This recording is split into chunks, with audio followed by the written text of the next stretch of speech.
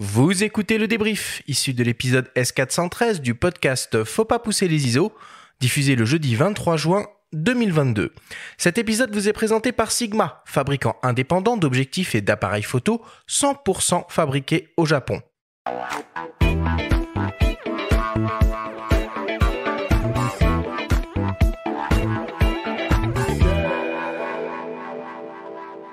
Nous sommes toujours avec Thierry Legault pour cette grande émission sur l'astrophotographie. Thierry, c'est le moment du débrief. On va essayer de synthétiser les informations importantes à retenir de notre grande discussion. Première question, pourquoi le ciel est si fascinant à photographier ? Le ciel est fascinant parce qu'il est, il est multiple. Il y a des phénomènes extrêmement variés. Moi, je travaille avec des focales depuis le fisheye jusqu'au téléobjectif de plusieurs centaines de millimètres, au télescope à plusieurs mètres de focale, avec des temps de pause entre le 8 millième de seconde et plusieurs heures de pause, des ouvertures extrêmement variables aussi. Des phénomènes qui sont extrêmement divers, très rapides comme les étoiles filantes ou les aurores boréales, ou très longs comme le ciel profond. Donc on pourrait passer une vie entière à photographier le ciel, on n'aurait pas encore assez de temps. Et qu'est-ce qu'on peut vraiment voir et photographier facilement, à part la Lune ? Alors facilement, la Lune, des paysages avec un simple boîtier sur trépied, un simple paysage avec de belles étoiles au-dessus. On parlait de Voie lactée tout à l'heure, mais l'hiver, par exemple, on a la belle constellation d'Orion qui apparaît au sud. On s'éloigne un peu de la ville, on met l'appareil sur pied. C'est très facile et c'est magnifique. Comment savoir quoi, d'où, vers où et quand photographier ? Alors ça, je dirais, c'est l'écueil principal. Là, il faut mieux avoir un petit peu de connaissances astronomiques sur les phénomènes astronomiques. Encore une fois, de la même manière que pour de la photo sous-marine, il vaut mieux avoir un petit peu de connaissances de où on va pouvoir trouver des poissons et quels seront-ils.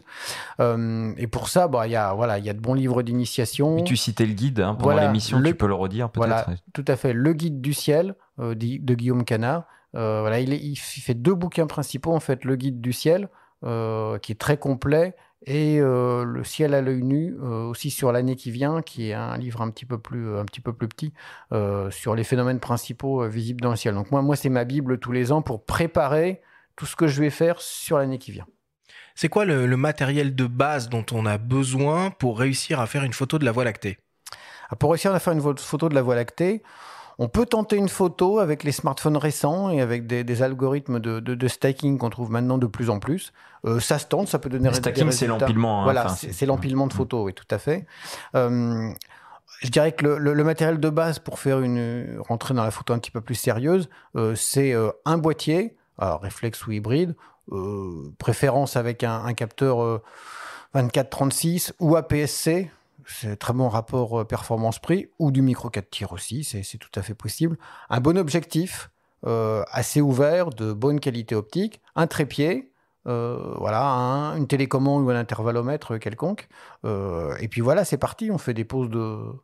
Et en parlant d'objectifs, justement, quels vont être les critères primordiaux en dehors de l'ouverture ? Alors le critère primordial, c'est la qualité optique de l'objectif, avoir un objectif qui donne des étoiles qui ne sont pas trop déformées, relativement ponctuel, surtout en périphérie où on a souvent de la coma, de l'astigmatisme, en dehors évidemment d'autres phénomènes comme le vignetage. Donc là, je dirais que la qualité optique de l'objectif, c'est quelque chose qui préoccupe beaucoup les astronomes, plus que la qualité du boîtier lui-même. C'est quoi la règle des 500 ? La règle des 500, c'est diviser le nombre 500 par la focale de l'objectif, ce qui va donner approximativement le temps de pause maximal qu'on peut tolérer avant que les étoiles n'aient bougé trop fortement à cause de la rotation de la Terre. Donc 500 par exemple, avec un 24 mm de focale, on va tourner autour d'une vingtaine de secondes de pause. Maintenant, si on pose 25 secondes, ça va pas transformer la photo en quelque chose de très mauvais. À quoi ça sert le défiltrage de boîtier ?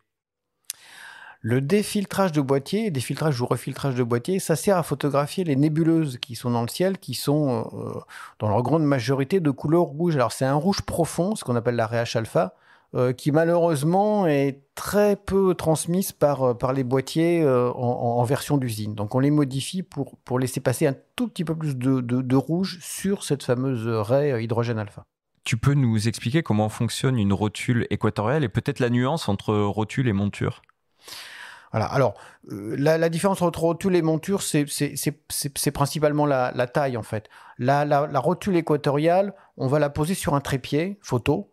C'est quelque chose qu'on va pouvoir mettre voilà, presque dans une poche, enfin dans un petit sac, et qu'on va pouvoir en porter un peu partout, et qui supportera un appareil avec un objectif grand angle. On ne mettra pas un télescope dessus.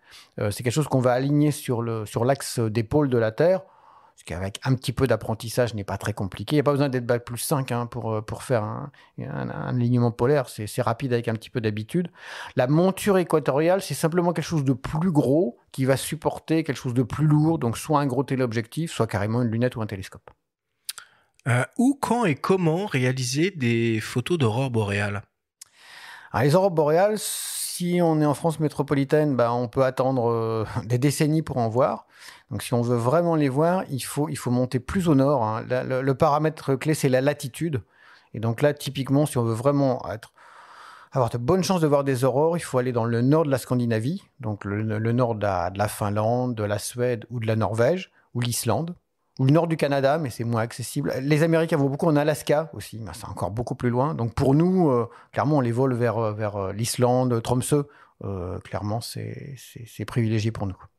Il y a quelque chose qu'on n'a pas évoqué pendant l'émission, mais peut-être tu peux en dire un mot rapide. C'est un montage d'appareils photo sur un télescope. Comment ça fonctionne et quel est l'intérêt? Oui, alors pour les gens qui possèdent une lunette ou un télescope, sur une monture, comme on disait tout à l'heure, motorisée, équatoriale motorisée, tous les constructeurs de lunettes ou de télescopes prévoient les bacs d'adaptation. Alors, ça s'achète en option, hein, c'est pas de base avec l'instrument, mais ça coûte pas très cher. Une bac d'adaptation pour monter un boîtier photo. Alors, le principe de base, c'est de monter le boîtier sans objectif, puisque c'est la lunette ou le télescope qui sert d'objectif. Donc, il faut utiliser un boîtier réflexe ou hybride. On enlèvera l'objectif et on montera sur la lunette ou télescope avec la bague ad hoc. Du coup, on a accès à des ultra longues focales. On a accès à des ultra longues focales qui posent quand même des contraintes en matière de suivi des étoiles. Parce que plus on va monter en focale, plus c'est difficile. Plus la qualité du suivi va être exigeante. Donc, plus l'alignement polaire, par exemple, devra être précis. Donc, il faut faire attention. Pour l'astrophotographie, on conseille de ne pas trop monter en focale parce que ça devient, outre que le champ se réduit comme peau de chagrin, vous savez, à 500 ou 1000 mm de focale, le champ, il n'est pas grand. Hein, donc, pour trouver l'objet et le garder centré, c'est plus difficile. Donc, on conseille vraiment des focales plutôt courtes, même avec des lunettes. Merci beaucoup Thierry pour toutes tes explications.